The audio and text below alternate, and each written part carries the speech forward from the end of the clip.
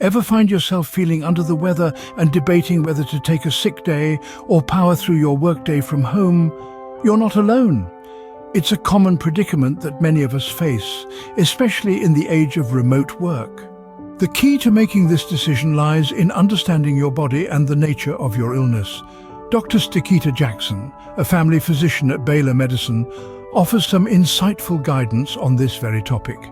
She emphasizes the importance of recognizing symptoms and determining whether it's best to take a sick day, work from home, or continue with normal activities. This isn't just about your own health, but also about the wellness of your colleagues.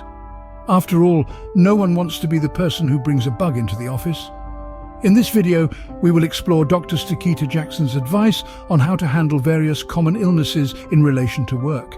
Starting with the current global concern, COVID-19. With the pandemic altering how we approach our daily lives, it's crucial to understand when it's safe to resume regular activities following an infection. Dr. Stikita Jackson, a family physician at Telemedicine, offers some guidance on this topic. Her advice is both straightforward and practical. For those affected by COVID-19, the decision to return to work or school shouldn't be taken lightly. The primary consideration should be the state of your symptoms. If they're improving and you've been fever-free for at least 24 hours without the help of medication, that's a positive sign. It suggests that your body has fought off the virus effectively and you're on the mend. However, it's important to remember that improving symptoms doesn't mean you're completely symptom-free. You might still feel a little under the weather. That's okay. The key is to see a decrease in the severity of symptoms. This could be less coughing, easier breathing, or just a general feeling of being better than you were. But bear in mind, being fever-free is equally important. A fever is a clear sign that your body is still actively fighting an infection. So, if you're still running a temperature, even if your other symptoms have improved, it's best to stay put and continue to rest. Another critical point is to make sure you're not using medication to suppress the fever. It's easy to take a pill and feel better temporarily, but that doesn't mean the infection has gone. You need to be fever-free naturally for at least 24 hours before considering going back to your normal routine. Of course, everyone's experience with COVID-19 is different. Some people may take longer to recover than others. It's essential to listen to your body and not rush the recovery process. If you're unsure, always consult with a healthcare professional. So when it comes to COVID-19, the return to normality hinges on two things: improving symptoms and being fever-free without medication for at least a day. And remember, the key to recovery from COVID-19 is rest and being symptom-free. Next, we tackle the common cold and flu. These everyday illnesses may seem trivial, but they can have a significant impact on your productivity and the overall health of your workplace. It's important to remember that when you're sick, your primary goal should be to get better, not to power through your workday. When it comes to the common cold and flu, the golden rule is to stay home until at least 24 hours after your fever subsides without the aid of medication. This guideline isn't just about ensuring you're well enough to work. It's about protecting your colleagues from catching what you've got. In a shared workspace, germs can spread like wildfire, turning a single case of the flu into an office-wide outbreak. Imagine this scenario. You're feeling better, your fever's gone, but you're still coughing and sneezing. You decide to go to work anyway, thinking it's just a residual symptom. You touch a doorknob, a colleague touches the same doorknob, and voila, your cold has found a new host. This is how quickly and stealthily these illnesses can spread, and why it's so crucial to ensure you're completely well before returning to a shared space. It's not just about the physical health implications either. When you're unwell, your cognitive function can also be affected. You're not at your best, and your work could suffer as a result. So by taking an extra day or two to recover fully, you're not only safeguarding your health, but you're also ensuring that you can return to work at full capacity, ready to give your best. Remember, taking time off when you're sick isn't a sign of weakness, but a mark of consideration for those around you. It's about understanding that your health and the health of your colleagues are intertwined. We all have a role to play in creating a healthy work environment, and sometimes that means taking a day off to recover from a cold or flu. Taking time off to recover from illness isn't just about you. It's about protecting your team, your productivity, and your workplace culture. Avoiding the spread of flu and colds in the workplace is a responsibility we all share. Stomach bugs can be particularly debilitating. If you've ever experienced one, you know the truth in this statement. According to Dr. Telecommuting Jackson, a Telemedicine family physician, if you're dealing with a stomach bug, it's recommended that you take 2 days off. Yes, you heard that right, 2 whole days. Why such a seemingly long period? Well, let's delve into it. Stomach bugs, or gastroenteritis, often come with a host of unpleasant symptoms like vomiting, diarrhea, and stomach cramps. These symptoms can leave you feeling drained, both physically and mentally. They can also lead to dehydration, which can further exacerbate your condition. Now, imagine trying to power through a workday while dealing with all of that. Not only would it be challenging, but it could also potentially prolong your recovery. Instead, taking those 2 days off allows your body the time it needs to fight off the infection and recuperate. Rest is a vital part of this recovery process. It's during rest that your body can devote its energy to healing.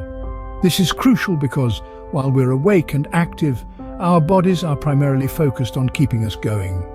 But when we rest, our bodies can shift their attention to recovery. Alongside rest, hydration is key. With symptoms like vomiting and diarrhea, your body can lose fluids rapidly. By staying hydrated, you're helping replace these lost fluids and aiding your body in its fight against the bug. So, if you find yourself battling a stomach bug, remember Dr. Jackson's advice. Take 2 days off. Use this time to rest, hydrate, and allow your body to recover. While it might feel counterintuitive to take time off, especially when workloads are high, it's essential for your health. Remember, your health comes first, and stomach bugs require ample rest. Sinus infections can be tricky. You might think they're just a prolonged version of a common cold, but they're a different beast entirely. They're one of those illnesses that can make you feel like you're stuck in a never-ending cycle of discomfort. According to Dr. Telecommuting Jackson, a family physician at Telemedicine, sinus infections may require you to take a bit of a longer break from your normal activities. We're talking 3 to 5 days. Now, I know what you're thinking. 3 to 5 days, that's half a work week. But remember, health comes first. These few days off are crucial because sinus infections are more than just a runny nose and a headache. They can cause severe fatigue, fever, and even lead to complications if not properly managed. And let's be honest, working when you're not feeling your best isn't just tough on you, it can also affect your productivity and the quality of your work. During this time, it's important to give your body the rest it needs to recover. This isn't just about sleeping, although that's a big part of it. It's also about taking it easy, avoiding strenuous activities, and giving your body a chance to fight off the infection. Medication may also be necessary to help manage the symptoms and speed up the recovery process. But remember, medication isn't a magic cure-all. It can help, but it doesn't replace the need for rest and time to recover. Think of it like this. It's a waiting game. You're waiting for your body to do what it does best, heal itself. And while it's doing that, your job is to make that process as smooth and stress-free as possible. It's not easy, I know, but it's necessary. So, the next time you're feeling under the weather and suspect a sinus infection, remember Dr. Jackson's advice. Take the time you need to recover, even if it means a few extra days off work. Your health and ultimately your productivity will thank you for it. Sinus infections may require a bit more patience and rest. Well, what about allergies and strep throat? These common ailments can be tricky to navigate in a work context. Let's delve into how we can manage them effectively. Dr. Telecommuting Jackson, a highly regarded family physician, provides some insightful guidance on these matters. When it comes to allergies, they can often be managed with medication. This means you don't necessarily have to take time off work or work from home when dealing with a runny nose or a bout of sneezing.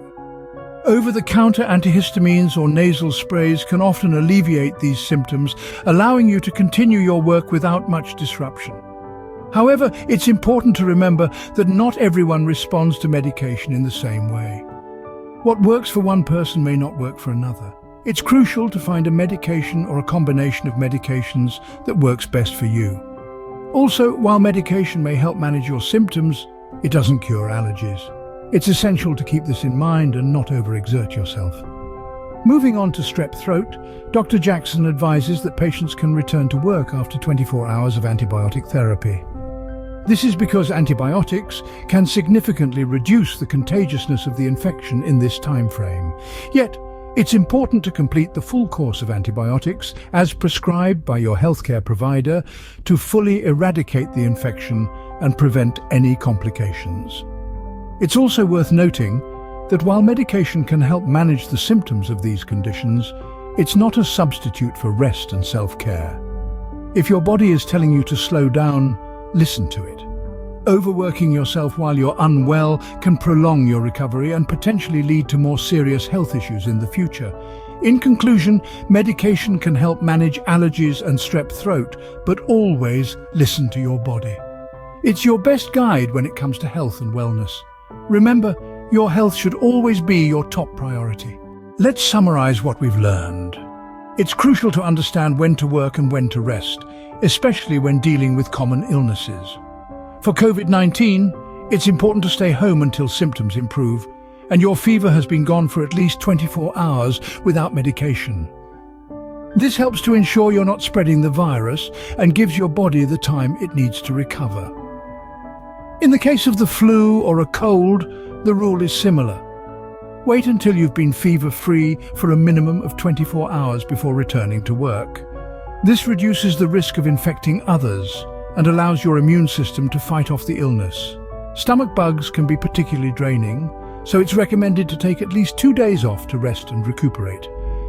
This time is crucial to let your body heal and to prevent spreading the bug to others. Sinus infections can be a bit tricky. Depending on the severity, you may need to take anywhere from 3 to 5 days off. It's essential to listen to your body and give it the time it needs to recover. Allergies can often be managed with medication, allowing you to continue working without much disruption. However, if symptoms become severe, don't hesitate to take a day off to rest and recover. Strep throat patients can generally return to work after 24 hours of antibiotic therapy. However, it's vital to continue taking your medication as prescribed, even if you start to feel better. The overarching theme here is rest. Rest is crucial for recovery, and symptoms should dictate whether to work or take a sick day. Let's not forget the importance of not spreading illnesses in the workplace. It's not just about you, but about the well-being of those around you as well. Remember, your health is paramount. When you're unwell, assess your symptoms. Consider Dr. Jackson's advice and make the best choice for your health and your colleagues.